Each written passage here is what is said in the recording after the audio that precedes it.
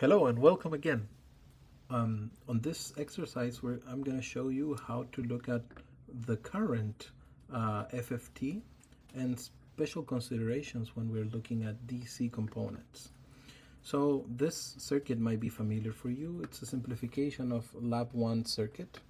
We have a voltage source of 10 volts, 1 kilohertz, through connected in series through a diode and feeding a load resistor of 100 ohms. We're looking at transient simulation from 0 to 10 milli, so this is simple enough. We can go ahead, and in this case we're going to be looking at the current here. So if we look at the current, you can see that this is essentially an AC current, but with the negative part chopped off. This is the effect of the diode here. It's not basically it's not liking negative currents, so they do not pass through. So as you can expect, if you have this behavior on the current in steady state, then you're gonna have plenty of harmonics, and that's expected. We're transforming DC into AC. It's a very bad version of a DC, but it definitely has an average value. Okay. So if you do the FFT of this signal, you already know the steps here. We change this to linear, and we can do a better job here. Let's do 40 milliamps, and we have this. Okay, we can only see the harmonic content related to this. But we do know that this function or this signal has a major DC component. So what we have to do here is to find a way to get that DC component. Unfortunately, on LTspice, we cannot go lower than this. I would love to go farther to the left and see the DC component at 0 hertz. However, at least this functionality doesn't allow us to do.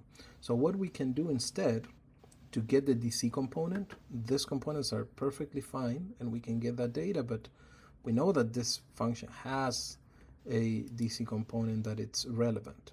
So what we can do is to create another directive, and we're going to use dot for Fourier.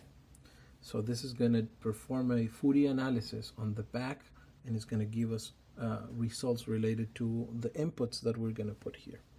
So the first input is going to be the fundamental frequency related to our signal, which we know that it's 1K.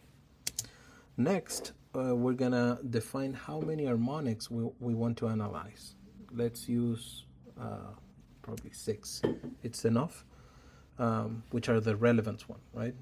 1, 2, 3, 4, 5, 6. After that, they're very, very small. You can go up to whatever value. Let's use 8. And then the third entry is going to be the number of cycles that you're going to be analyzing, which is going to be 100. Let's use 100 in this case.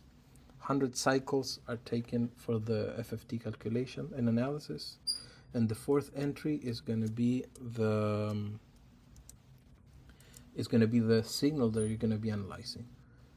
ID1, the current at diode 1. That's it.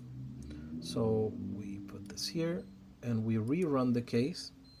What is going to happen is that in the back, this analysis is going to be running. So if you go here and to the error log, then you're going to see information, very useful information.